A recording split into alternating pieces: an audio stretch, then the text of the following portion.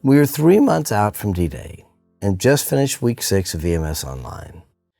We're seeing a marriage counselor and individual therapist. My husband had 3 affairs over the past 2 years, culminating in a year-long emotional and sexual affair.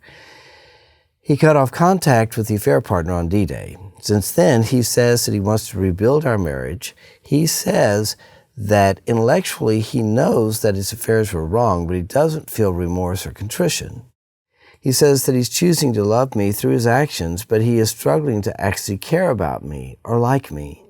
He acknowledges that his list of costs for me in the empathy exercise was an intellectual exercise, and he mostly feels numb.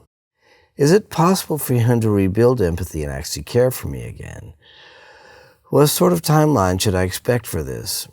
Our marriage counselor has brought up the option of a healing separation to help with individual growth, but we have 3 small children at home. Well, first off, that's got to be really hard. I just admire you for giving him a chance. It is possible. A lot of times it can take for desire to come back.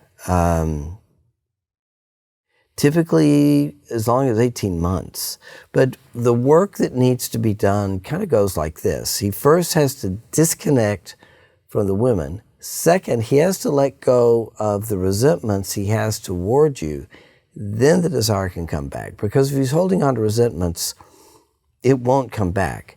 But the fact that you're doing group work at this point through EMS Online is great. And his being able to see other people will be one of those things that helps that to happen. But it will take time. And in terms of a healing separation, I've sometimes recommended that in this sort of situation.